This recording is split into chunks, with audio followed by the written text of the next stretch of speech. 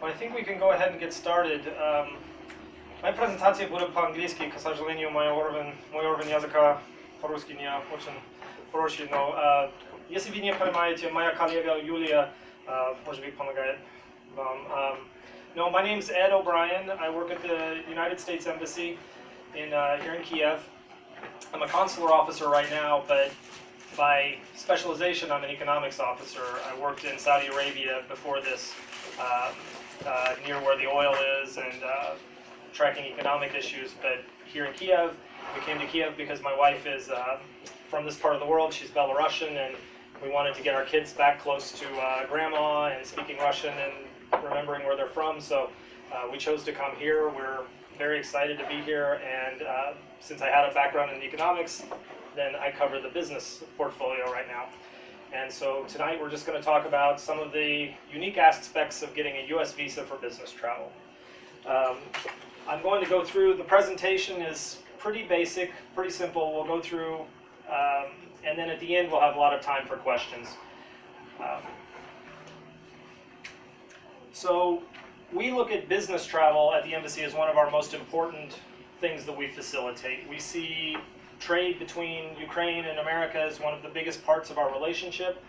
We see business travel being extremely important for the future of Ukraine. We see the business, especially the IT business, which I assume a lot of you are involved in, as being a really important building block for Ukraine's future, having a high-tech industry. You've got a well-educated workforce, and we want to facilitate as much of that travel as we can.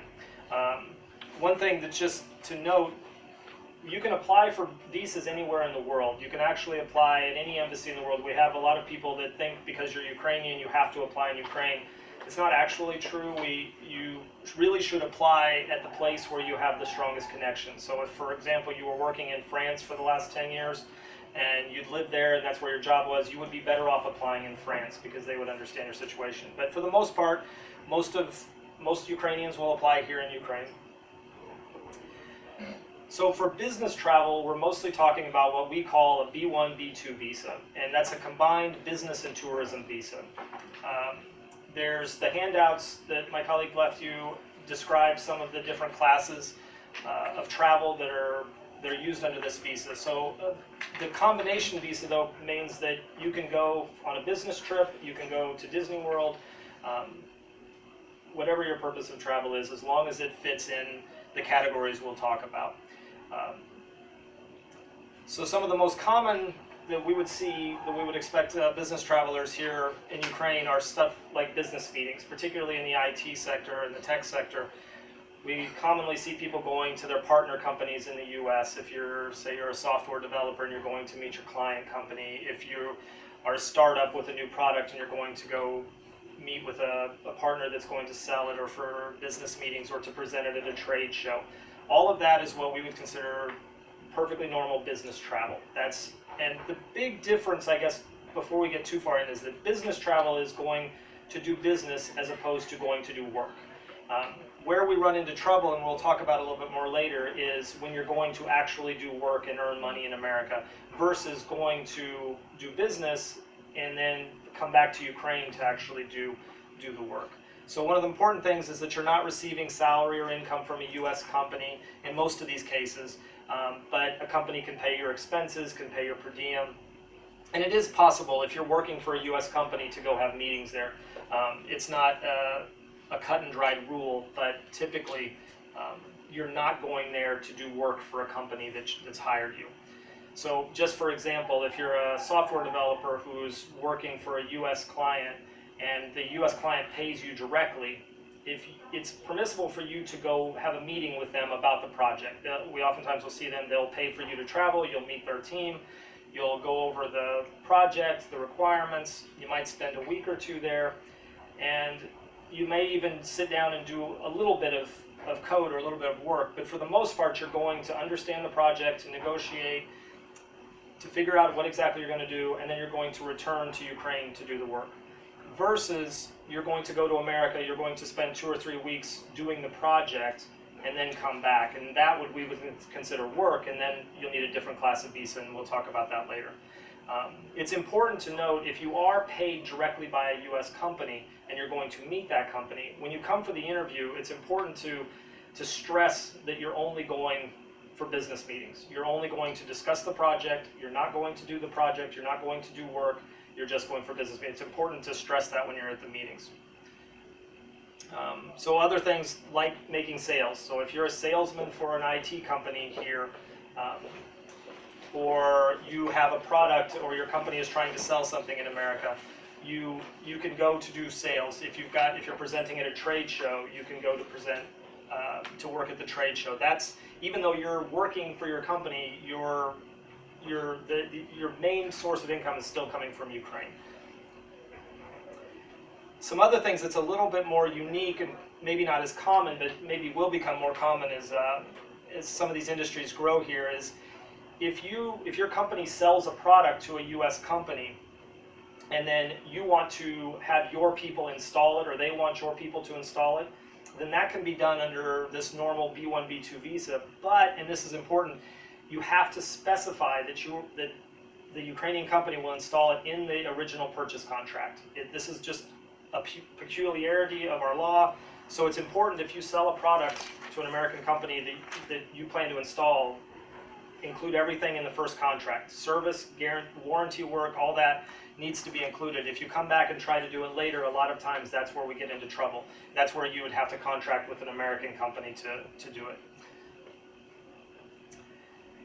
Another area that's often confused is that you can go to America to set up your business on a B1, B2 visa. So if you have a startup, you have a product, you have a new company that you've got established here in Ukraine, and you want to set up a U.S. subsidiary, most often you would go to do that on the standard B1, B2 business and tourist visa. You can go visit offices, you can sign leases, you can interview potential employees, you can sign contracts with the employees, but what you can't do is stay to actually manage the business. This is, again, where we get into, now you're working in America, and to work in America requires a specific work visa. So, and we'll talk about some of the ways you can do that, but it is normal for people to go set up their business on just a normal B1, B2 visa. You don't need a special visa to do that. You don't need a special visa to go do some basic business decisions while you're there. But if you're staying for very long, if it looks like you're actively managing your company, that's when you fly back out, or when you're trying to go back to America, the guard at the border is going to look at what you're doing, how long you're staying. It's going to ask about what you're doing, and that's where people get into trouble. They get their visas revoked. They have to come back to us. We have to work it out, and sometimes it's very difficult. So it's good to understand where the line is, and always try to stay closer to the line of just doing less. If you do have a U.S. partner and they're interested, the State Department has this thing called the Business Visa Center. This is only for the U.S. side. So if you have a U.S. company that's wanting to be more involved, this is a place you can direct them. It gives them a lot of information. A lot of U.S. companies don't deal with visas very often. This is a place where they can go to find information, to get resources. But this is, again, only for the U.S. companies. It's got a long website. You just Business Visa Center, and it'll be the first link. But it can't expedite. It doesn't have any contact with us, just so you understand, because a lot of people will come in and say, well, we worked with the Business Center. They were going to come. We don't have any connection with them. They provide information to the U.S. side. The applicants apply to us directly, so this center can't help anybody get a faster appointment or change a decision, just so everybody knows. This is a long text to say that everybody who comes to apply for a visa is going to be judged on their own application and has to meet the requirements of the visa. And unfortunately, our requirements are a little bit subjective. We're not like a lot of the European Union countries, where if you bring us an invitation and some bank statements and a certificate from work, then that's sufficient. We look at your application, we look at the individual, we look at the purpose of travel, and all of that has to get over a pretty strict law for us. So in the U.S., to receive a visa, when someone comes to us to apply for a visa, the law says that we have to assume that they are going to immigrate. So that's the way our law is written. that every potential applicant we have to assume is a potential immigrant. And it's up to you, the applicant, to show us why you're not, to show us what ties you have to bring you back to Ukraine. So that's a difficult situation, and that helps explain why it can be difficult to get a visa for some people. So you'll have to come in, and that's what we want to see, is what is going to bring you back to Ukraine. So, and there is no set amount of money in the bank, there is no set apartment or job or salary. We look at your unique situation. When you come for the interview, we have a lot of people bring us stacks and stacks of paper. You're welcome to bring anything you want, but don't be surprised if we don't look at it at all. For us, paper is not very important because, unfortunately, as we see basically every day, you can print anything you want on a printer at home and have it say you make this salary or you have this much in Privat Bank, or several banks that have been closed for a year now. We see those occasionally. But so unfortunately for us, paper isn't very meaningful. We're looking at what you tell us, how it all fits together, if it makes sense. And we will check. We do, we try to check as much as we can, but we don't have the resources. We interview around 520 people every day. So we don't have the resources to check every single bank statement, every single employment statement. So we have a system in place that verifies as much as we can. But for the most part, we're looking at you, how you explain your trip, how you explain what you're going to do, and how you explain why you're going to come back. Now for us, most of the time, tech and IT travelers are some of our best travelers. We kind of understand, we think we understand how the industry works here. We understand that you've got a really good situation here in terms of your salary versus the cost of living, and that even though you could go get a job and work illegally in America, your situation is probably going to be worse. You may make a higher salary, but your cost of living is very high, and so generally we look at tech travelers very favorably. But you still want to show what the job is you have. If you have a car, if you've traveled a lot, make sure to bring old passports if you've traveled in the past. We'd like to see that if you've left Ukraine and come back several times, that's always a good sign. So those are some of the things you can look at. But again, we really don't even recommend people bring a lot of paper. If you are traveling for your company, then we usually expect to see a letter from the company explaining what you're going to do and who's going to pay for your travel.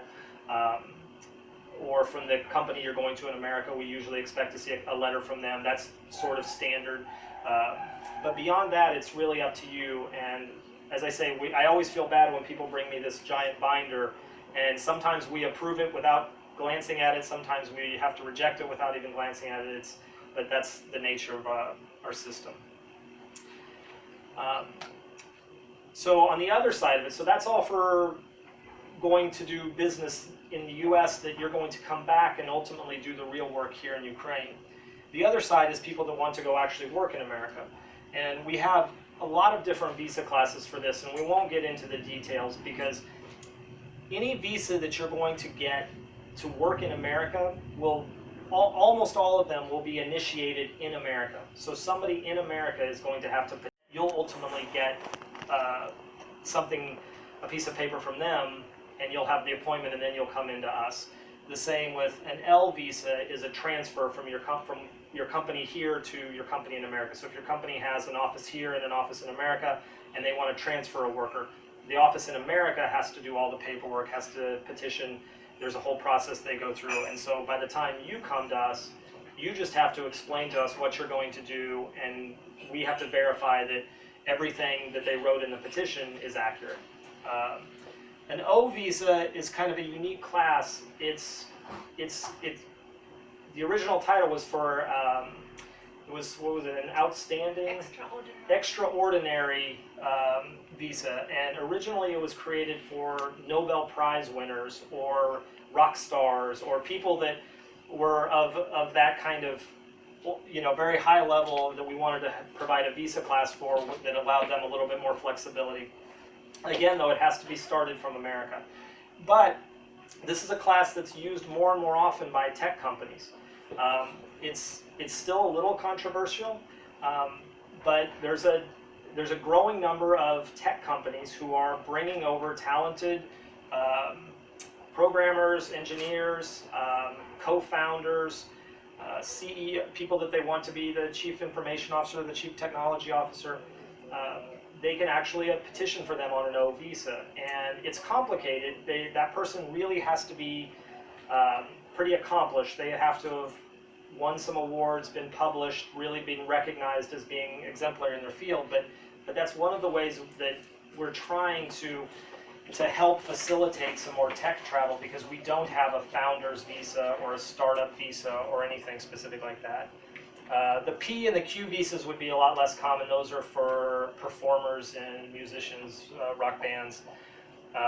Those would be less common for visas, for business travel. But and again, the main point is that with any work visa, it's all going to start from the U.S. So if you want to do this, you've got to find a U.S. sponsor that's going to do all the legwork. Whoops. So the last category of visa we'll talk about is the investor visa, and this is again another one we're seeing more and more for tech companies. So this is a visa that was set up to facilitate travel for someone who creates a company in America. And the main requirement of this, there is not a dollar amount. There's nothing. There's a completely different class of visa that people get confused. That's an immigrant investor visa, where the minimum I think is $500,000, and there's a whole set of requirements for that. That's an actual immigrant visa. This is a non-immigrant visa. This is meant for you to set up a company in America, but you intend to live in Ukraine or in UK or between places. We don't have a dollar figure on it. What we look for is, did you create a company that is going to create U.S. jobs? So that's one of the main things. Is it going to contribute to the U.S. economy? Did you invest a substantial amount of money? And again, we don't say what a substantial amount of money is. It's not 50,000, it's not 100, it's not 500, it's not 5 million. It's in relation to the company. So if you're starting a tech company, we don't necessarily expect to see a large dollar figure, because it's not going to cost that much to buy computers and rent an office. Well, what we would expect to see is that you have really significant experience or expertise or background, something that makes sense that this company is going to be successful. And typically you've already hired people, you've rented space, you've got clients. And this visa then allows you to actually go to the U.S. and manage the company. So we talked earlier that you can go set up your company on a B1, B2.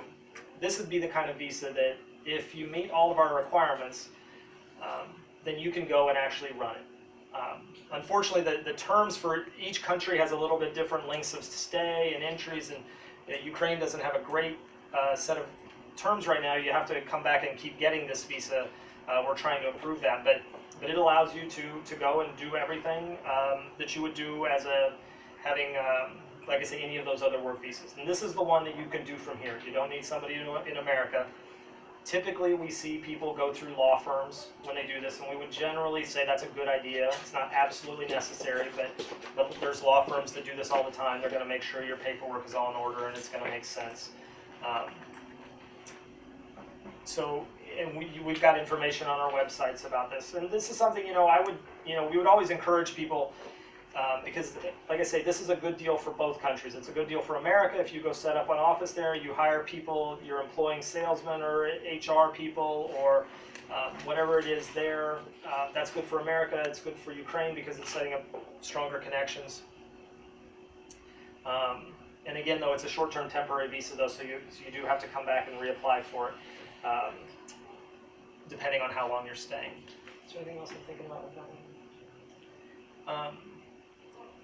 So you're all better at searching for things online than I am. So our website, everything I said here tonight is completely publicly available. We don't try to hide anything. We try to be as transparent as we can. Our system, unfortunately, is not completely transparent. Like I say, we don't set a specific standard for anything, and we don't explain a lot when we have to refuse somebody. Unfortunately, we do have to refuse people every day. In the last year, though, even as the economic situation in Ukraine has deteriorated in the last couple of years, we actually issued more visas last year than we ever had in our history. So I know there's a perception that the U.S. visa has gotten a lot tougher to get, and the reason is because we have had to refuse more people, but at the same time, we've actually issued more people. We've actually had we've issued more visas last year than at any point in our history.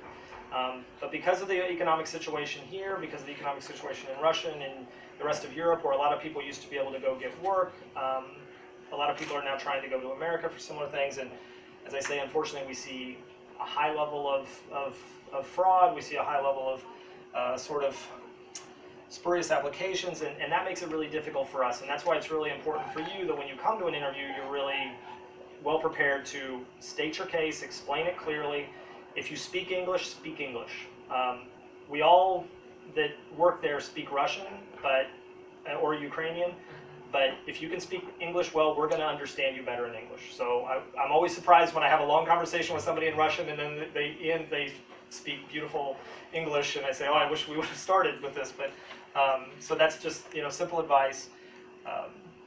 And so at our embassy website, you can go to visas, non-immigrant visas. It has all the information. U.S. Travel Docs is our general worldwide website where you would go to fill out your application. And then if you're interested in any of those work visas, the USCIS, U.S. Citizenship and Immigration, is where all that starts if you're actually looking at a work visa. I'm going to open it up for questions in a few minutes, and I'm happy to stay about as long as I can. We both have little kids at home, so we can't stay all night. But I will say, like I said, my family and I are really happy to be in Ukraine. I'm really excited to be in Ukraine. I really feel like this is a unique place in the world right now, and at a unique time in history. And as a diplomat, seeing what's gone on here, I think it's instructive for a lot of parts of the world. The U.S., I know a lot of times there's a perception that we're not as supportive as we could be. I understand that, but I can guarantee you that the people at the embassy and the people in Washington view Ukraine's future as a premier top priority. I mean, if you talk to anybody in Washington, the Middle East and ISIS is always going to be number one. I mean, that's unfortunate. That's the world we live in right now. And it used to be China and how we were going to work with Asia. But I guarantee you right now, Ukraine is higher, because we all see that Europe, and Ukraine's place in the world, and Ukraine's ability to move itself toward more freedoms, a more Western economy, a more Western orientation, can be a great role model for a lot of other countries in the world. So we know it's difficult, and we really see that you guys, especially in the tech community, as in a certain sense, startups. I talk to a lot of startups here, and I feel like they're sort of a small example of what Ukraine's going through, because you're disruptive. You're trying to do something completely different that nobody ever did before, and that everybody tells you can't, and that nobody wants you to succeed, and you still have to do it. And you have to fight against all of the pressure, all of the difficulties. It's easy to quit. It's easy to turn back. It's easy to sell out for too little. But if you really believe in what you're doing, you'll succeed. And so we really hope for the best for Ukrainians in the future, and we're trying to be the best partner we can. So anyway, I'll open it up and take questions. Like I say, if English isn't good for you, and if you want to ask a question, по-русски, моя коллега Юлия, она помогает. Please.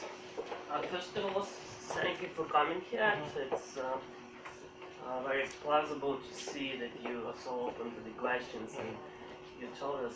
I have a lot of questions because I work with startups, and I also the partner in outsourcing company. So I'll start with one, and then if you have time. Yeah, no, please. And if you're in a position where you're really working with a lot of, or if you've got a company that's sending a lot of people, or like in a case like yours, if you're in a position where you're working with a lot of companies, we can meet with people privately. We don't do a lot. But if you're in a position where you're going to have a lot of people, talk to us afterwards, and if you've got specific stuff, we can talk to you specifically. But please ask what you've got. My major case, there is the American company that employs software developers, and they work directly for them. So there is no Ukrainian entity, they're employed by US. And this US entity asked them to come for 1 month to do, I don't know, the meetings, work, it's a little bit mixed. Yep. and they pay salary for this month as well. So how would you usually view this case? So that's a little bit of a tricky one, and this is a little bit of a controversial area because our visa laws are always sort of evolving because, 10 years ago, outsourcing and this kind of work wasn't a problem. It wasn't something we dealt with, and India was really where all this started. And there's been a lot of cases where Indian companies were sending people to America on these business visas, and they were staying for 6 months. They were sitting in a chair doing work. At the end of their 6 months, they would leave, and then another Indian would come sit in that chair and do work for 6 months. And this was going on for a long time, and there's actually been big lawsuits. Big Cognizant was one that got caught up in it. And so we've had to look much closer at those problems. We normally, anything over about 2 weeks for us is where we start to really question the purpose of travel. Like, around 2 weeks sort of is what we see as the most common time to go do business meetings, talk about a project.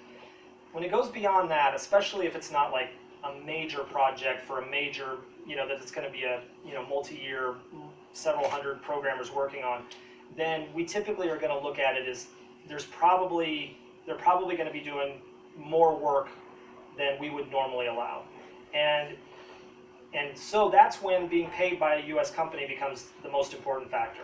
So if you're paid by a U.S. company and you're going for more than a week, 2 weeks is, kind of on the border, then oftentimes us, the officers that are making the judgment talking, will determine that doesn't qualify, that there's more likely than not that's going to be work. And at that point, they'll usually would get refused, and we would say that you're applying for the wrong visa class, you need a work visa. Or the other option is you need to structure your payment system so that you're actually paid by a Ukrainian company. And so in that case, the American company has to find a local partner who then signs a contract with that programmer. They pay the salary directly to them, and now there's an intermediary. That local company has to be a real company. It can't be a private entrepreneur. It can't be a one-person company who you set up your own company and then you're paying yourself. We need to see that it's a real company that has multiple employees, usually an HR section. Part of this is to protect Ukraine. Part of this is because we don't want to see local economies deprived of tax revenue. We're not tax enforcers.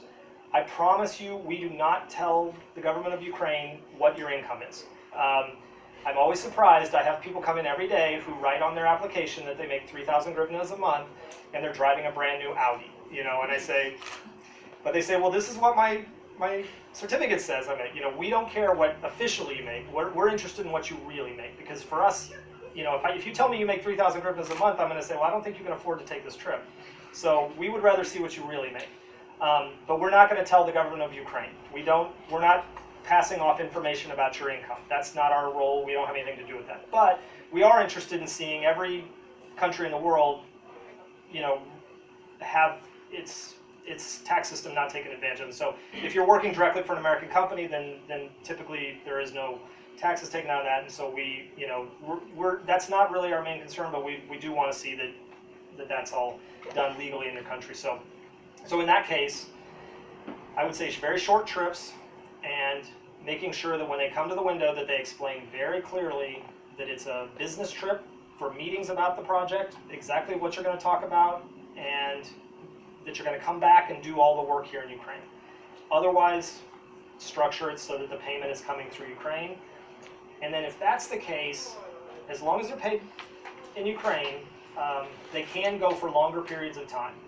And there is no set amount of time. Visas are typically for the visa you get is going to be a 10-year multi-entry visa. When you arrive in America, you're usually given 6 months, and that's determined by the guard at the airport. He's the guy who decides how long you can stay.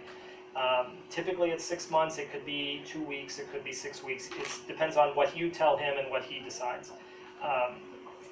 But there is a class where if you're going to go do professional, high-level work, you're paid by a Ukrainian company, and you're going to actually do it in America for a relatively short period of time, say a month, 2 months, maybe 3 months, then that's permissible, as long as it's a limited amount of time and a specific type of, specific type of work. So I hope that helps. I'm not sure. Like I said, we can talk more.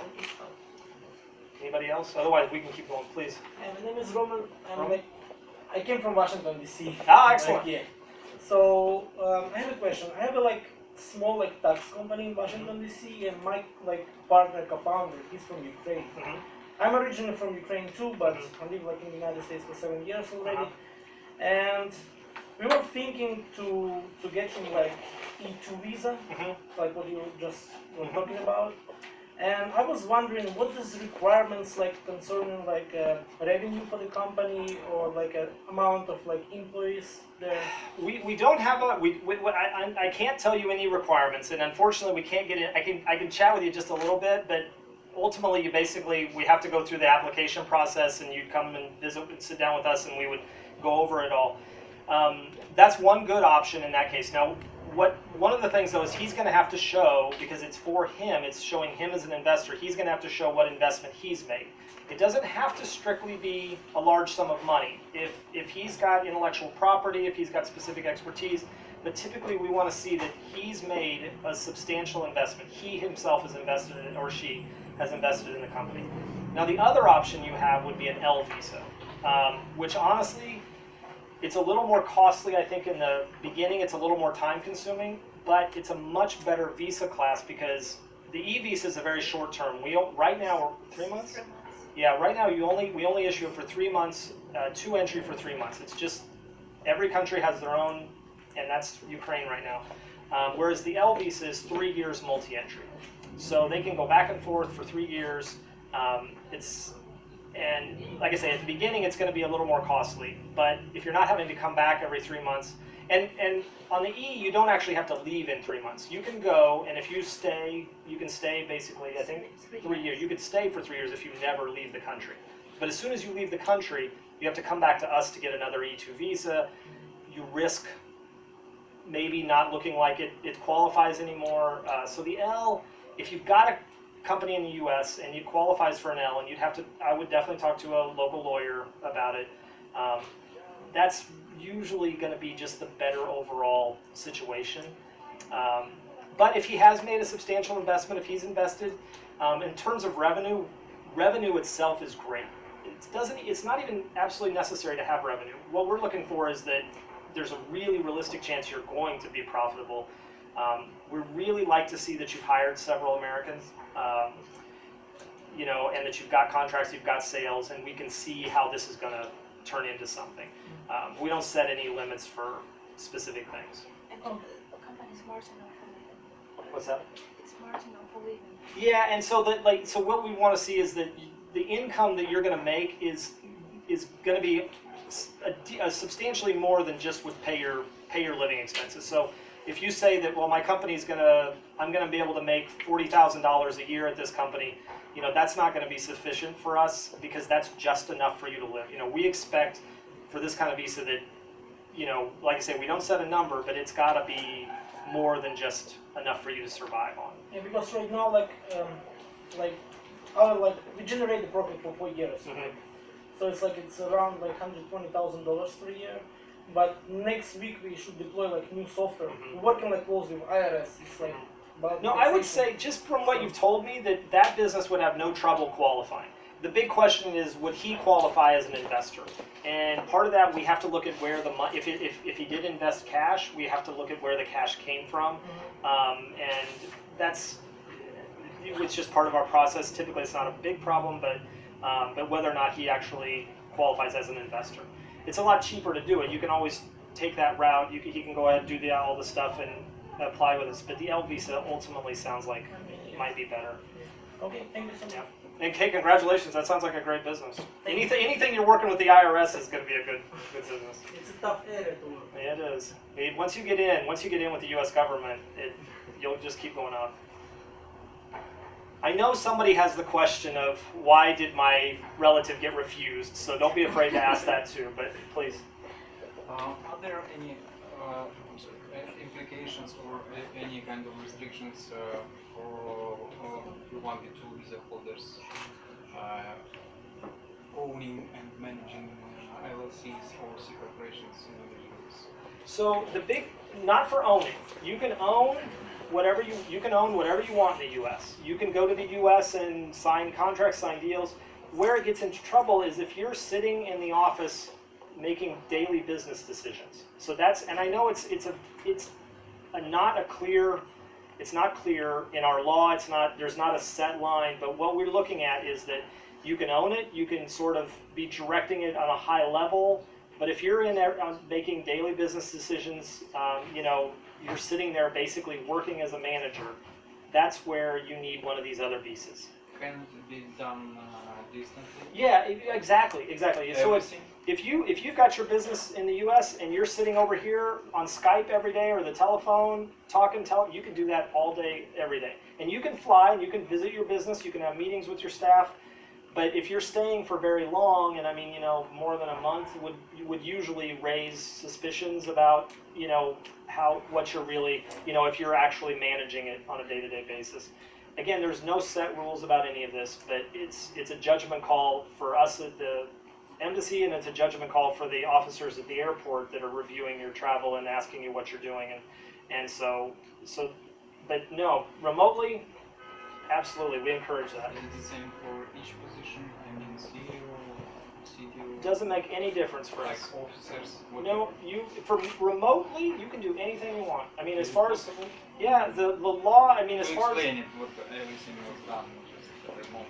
Yeah, no, if everything's done remotely, then as far as we're concerned, the only issue is, I mean, for us, for the visa side, there is no issue. You know, it's for the U.S. side, as long as it's all legal and you're paying taxes and you're reporting, which that's not our problem, it's perfectly fine. You know, like I say though, the issue gets to be if you want to go and you want to be a day-to-day manager and you want to really be involved, that's where you would want one of these other visas. And it would just make you safer. It's not a big problem to get it, and it makes you avoid any problems with having, you know, problems at the airport or having your visa get canceled, things like that. I mean, doing minutes and any other kind of documents, signing here and just sending. Absolutely, do that. Absolutely, that's perfectly fine. And it's gonna be normal. I mean, yeah, because of everything has been done here in Ukraine, but doesn't somehow move. Not for the visa side. I mean, for what we're talking about, for visas for travel, it doesn't make any difference. And if anything, I mean, it makes it, you know, normally, I mean, it's going to make it make a better case for you when you come in for this E-visa or for an L, whatever, that you've shown that you've been involved in the company. It's going to make more sense, you know, and make it more credible. So, but yeah, no, it's perfectly fine. Please. Is it okay to go to job interview with a visa? Absolutely. It's common. I would expect most people would. It gets to be a little tricky if you're coming in to apply for your B1, B2. We have this every now and then. We'll get people that are coming in. They want to go to the U.S. to apply for jobs, and as I say, you know, everybody's got to qualify on their own merits, and occasionally we'll have people come in that are younger, they haven't ever traveled, they don't maybe have a steady job, and they're going to apply, and it's frustrating because sometimes they don't qualify, but if you've already got a B1, B2, or if you've already got a job offer and they want you to fly in to apply, absolutely. That's perfectly fine. Good luck, we hope you get it. More questions. Let me present you another case. There is a startup, they have, say, 10 people in Ukraine working, and the founders decide to open US entity and raise the investment. So one of the co-founders go and applies for B1, B2, and he goes for 3 months. He's gonna open the company, open the bank account, probably in San Francisco, Boston, and then look for investment. And he's also gonna manage his little startup in Ukraine, which now became a US entity. So normally, I would say that's perfectly fine. Is this an actual situation? Was there any problems with it? Did they come? No, he got it. Okay, no, I would say it's perfectly fine. I would say that makes perfect sense. That's what we would expect to see. The business starts here, you've got it, you're doing, you know, the company's here. It gets to be a little complicated once the business in the U.S. is starting to grow and you've got several employees, you've got, you know, it's doing business. If you're still in the U.S. and you've got the business here and there, then it can start to look like you're managing the U.S. business as well. And I know that, again, this is a hard line to draw, but that's where you would want to be a little careful, and that's why, you know, we expect to see, if you've got a U.S. company, that you either get one of these visas to go manage it, or you hire a professional manager that's going to be doing it. And it's good for you, and then in that case, you can say, you know, this is the local manager, whatever, and then, you know, that makes sense that that's the person who's actually doing the day-to-day. You're there meeting with investors, meeting with clients, the things that you do on a higher level that aren't what we would term managing the business. But ultimately, the bigger your business gets, and the more time the bigger your business gets in the U.S., and the more time you're spending in the U.S., the more likely it is that you're going to want to look at one of these other visas, just because that's going to raise problems as you're traveling. Our border guards are very strict. We're always working with them to understand situations and progress in technology, but they're always looking for somebody who's staying too long and not using their visas right, and so we don't want you to have any trouble. Please. Well, do you have any maybe information about Kickstarter startups? So is it official for embassy this organization, or is it just like fun for people? So what is official look for this? For like somebody started putting on like a Kickstarter project? Yeah, if one of the founder is from Ukraine, one founder is from United States, so is it any example, any case in your experience? Yeah, we see situations just similar, you know, where there's somebody in the U.S. and they've got a partner in the U.S. and somebody here. Again, this is, I think, going to be a more and more common situation. We expect to see this more and more as the tech industry has grown, as there's more people trying to do these things. It's perfectly fine. It's, you know, we don't have any, as far as Kickstarter or just a regular startup, it doesn't make any difference to us. As I say, what we're looking for is when that Ukrainian side, if they want to go to the U.S. to be involved in the company, when you come into us, you've just really got to explain exactly what the company is, exactly what your role is, exactly why you're going, and what you're going to come back to. And for us, then, you know, Kickstarter, whatever the situation the startup is the same for us. I don't know if does that answer your question? Yeah, thank you. So, do you know about, did embassy know about Kickstarter?